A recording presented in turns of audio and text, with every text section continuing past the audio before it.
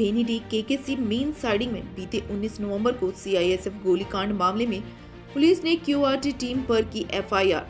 परिजन पुलिस की इस कार्रवाई से संतुष्ट नहीं। परिजनों ने कहा है कि बीसीसीएल जीएम अवैध डिपो संचालक सीआईएसएफ के बड़े अधिकारी पर मामला दर्ज हो।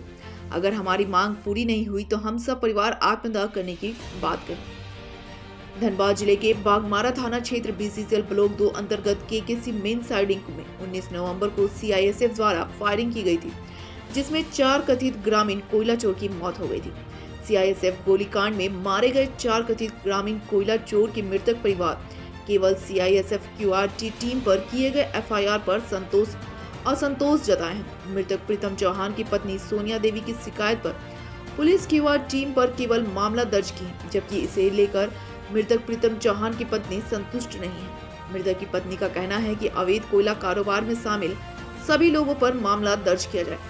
मृतक प्रीतम की पत्नी सोनिया देवी ने कहा कि उसके पति को कोयला चोर बना दिया गया, जबकि वह घर के रास्ते से लगातार अवैध कोयला ढुलाई कर रही थी। इसी को रोकने गए थे, लेकिन उसके पति की सीआईएसएफ ने गोली मारकर हत्या कर दी। यह अधिकार सीआईएसएफ को नहीं था। कोयला चोरी बीसीसीएल के जीएम, सीआईएसएफ, पुलिस सभी मिलकर करवाते हैं, लेकिन इन लोगों पर कोई कार्रवाई नहीं किया गया। अगर पति कोयला चोर थे तो बीसीसीएल ब्लॉक 2 जीएम, सीआईएसएफ डकैत हैं। इन लोगों पर एफआईआर करें। जो अवैध कोयला डिपो संचालक मुन्ना यादव, राजेश यादव, खानोडी पंचायत पूर्व मुखिया गोपाल महतो, इन पर मामला दर्ज करें। सभी दोषियों पर फांसी की सजा मिलनी चाहिए। अगर मांग पूरी नहीं होती है तो डीसी कार्यालय के सामने अपने दोनों बच्चों के साथ आत्मदाह कर लेंगे। वहीं मामले में विधानसभा स्पीकर रविंद्र महतो ने कहा कि किसी की हत्या नहीं करनी चाहिए थी, यह समाधान नहीं है। कोयला चोरी रोकना पुलिस, सीआईएसएफ सभी का काम है। पीड़ित परिवार को मुआवजा मिले, सरकार से बात करेंगे। वहीं भाषा संघर्ष समिति के आंदोलन करने वाले जयराम महतो ने कहा कि धनबाद में कोयला चोरी पढ़े लिखे ब्यूरोक्रेट के कारण हो रहा है। ये सभी अगर चाह लें तो कोयला चोरी नहीं होगी। जेएमएम के एक नेता इस कोयला तस्करी से 800 करोड़ की संपत्ति के मालिक बन गए हैं।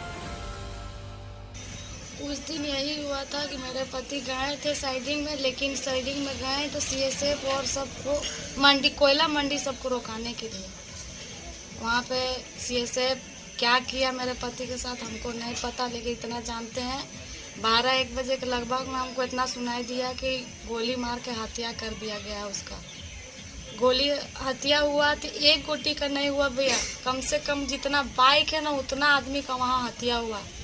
अब मारने के बाद सीएसएफ क्या किए कि सब लाश को इधर उधर सब फेंक दिए।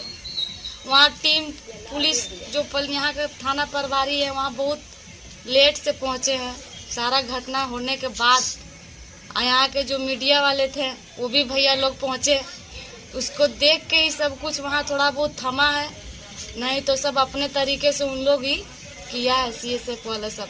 और जो सीएसएफ पे केस हुआ है ना उससे हम संतुष्टि नहीं है, क्योंकि डिपो आज यहाँ नहीं चलता, ना मेरा पति का जान जाता, ना मेरा घर का द्वार से अवैध कोयला पार होता, ना कोई उन लोग को रोकने जाता। सब मिली भगत से यहाँ डिपो चल रहा था, चल रहा और अभी भी चलते हैं। मुन्ना यादव और राजेश यादव जो है और गोपाल जो है उन लोग सब मिलकर यहाँ मिली भगत से डिपो चला रहे हैं। सीएसएफ को भी इसमें मिली भगत थी। उस दिन कुछ ना लेने देने के चक्कर में ही ये बात बहस हो के ही सब आदमी लोग पर उन लोग फायरिंग करके जान से मार के हत्या कर दिए। बीसीसीएल के जीएम पर भी कार्रवाई हो, उस पे भी केस हो, क्योंकि सब मिल के सब कुछ करवा रहा है। सबको यहाँ से वहाँ पूरा सिस्टम पता, लेकिन दिखाया गया है कुछ और, करता कुछ और है। यहाँ कोयला चोरी होने से रुक नहीं रहा है। इतना बड़ा घटना घट गया यहाँ पे, लेकिन कोई कुछ यहाँ कुछ सुनवाई नहीं है। सब अपना तरीका से चल रहा, अपना सिस्टम से चल रहा। कौन था आपका?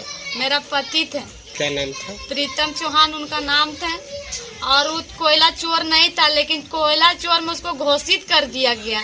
अगर इतना ही चोर और डकैत है तो पहले डकैत मेन बीसीसीएल वाला और ये सब मिल के जो सीएसएफ सब मंडी चलवाते थे उन लोग को पकड़िए, उन लोग को गिरफ्तारी करवाइए। मेरा पति क्यों मरा इसमें? यही ना कि रोकने गए थे इसके लिए, और उसको घोषित कर दिया चोर है। अगर मेरा पति चोर है तो पूरा रिकॉर्ड चेक करे कि प्रीतम चौहान पर भी एक डकैती एक भी चोरी का केस हो। और फर्स्ट टाइम मेरा पति उस टाइम गया था, कभी उधर जाते नहीं थे। यही कि बस्ती से कोयला वाला लेके जाता था तो इनको मन में बैठ गया था कि शायद कभी कोई बड़ा घटना ना हो, इसके कारण सब लोग मिल के गए थे उधर रोकने उकने बोलने उलने के लिए। इसके बीच में लड़ाई झगड़ा होने के कारण उसको मार के हत्या गोली कर लगा दिया। था आपको पति को? पूरा 6 या 7 गोली उसका शरीर में था। गोली मारने के बाद भी लग रहा उसका आत्म जान नहीं भी गया तो बाहर निकल के उसको गर्दन में, इधर छाती पे, टांग पे, जांग पे, सब पे गोली मारा गया। कोई बेरहम भी उस समय गोली मारता होगा। जब ये केस इधर का क्षेत्र पड़ता है थाना में, तो थाना लोग इन्फॉर्मेशन करके बोल सकता था कि हाँ आपका एरिया में कोयला चोरी हो रहा है, आप आके इसको समझाइए बुझाइए। बीसीसीएल वाला और इसको सीएसएफ का कहाँ हक था? वो कहीं का बहुत बड़ा ही है जो आगे पीछे बिना सोचे हुए गोली चला दिया। कहाँ हक था? जैसे मेरा पति गया, हमको वैसा इंसाफ चाहिए।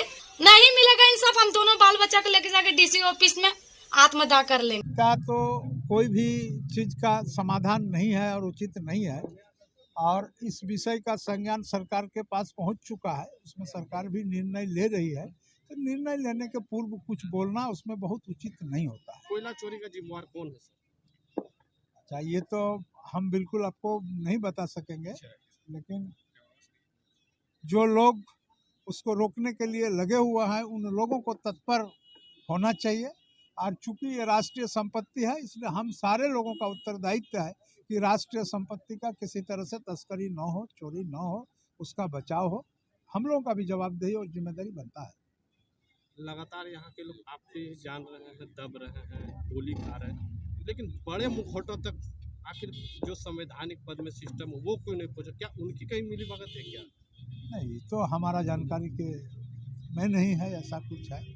लेकिन मान लीजिए जब संज्ञान में जाते हैं तो निश्चित रूप से कार्रवाई होती है, लोग कार्रवाई करते हैं, कार्रवाई करने का आदेश देते हैं। तो वैसे पीड़ित परिवार को मुआवजा मिलना चाहिए? निश्चित रूप से पीड़ित परिवार को मुआवजा मिलना चाहिए। स्पीकर साहब क्या करेंगे इस पे? हम तो देखिए, ये तो डायरेक्ट मेरा विषय नहीं है, लेकिन फिर भी जब आपके माध्यम से मुझे इसका जानकारी मिली तो मैं भी चुप नहीं बैठूंगा। इस पीड़ित परिवार को जहां तक सरकार के नियम के अनुसार जो सुख सुविधा दिया है उस पर मैं भी सरकार से संवाद स्थापित करूँगा। चोरी का जिम्मेवार किसे मानते हैं? कोयला चोरी का जिम्मेवार हम तो मानते हैं पढ़े लिखे ब्यूरोक्रेट्स को। मंत्री लोग पढ़ा लिखा नहीं है। आप तो उसे डट डपकार के बात कर सकते थे, आप 60 साल की सर्विस करते हैं, उन लोग 5 साल के लिए करता है। ब्यूरोक्रेट्स सबसे ज़्यादा दोषी है कोयला चोरी के लिए। और धनबाद में 600 करोड़ का कोयला प्रत्येक महीना, उसमें सुनने में आया है पार्टी की क्या जो वर्तमान सरकार है उनके पार्टी के कोई लीडर है वो 800 करोड़ का कोयला उनके नाम पर उतना कमा चुके हैं इस सरकार में, 800 करोड़। जयराम जी PIL दायर करेंगे क्या? कोशिश है और हमारी बातचीत चल रही है, लेकिन अब शर्त है कि हमारा जो लोग हमारे लिए खड़े होंगे PIL दायर करने में वे लोग कितने प्रभावशाली होंगे। हम प्रभावशाली हैं, मान के चलिए, हम में निडरता है, लेकिन वे लोग साथ दे पाएंगे कि नहीं, इस पर हम लोग चर्चा चल रही है। और आप जो बात कह रहे हैं इस पर हम लोग कुछ दिन पहले ही चिंतन मंथन कर चुके हैं, और जितने भी लोग हैं जिनको हमको लगता है संशय है उन पर हम लोग PIL दायर करेंगे।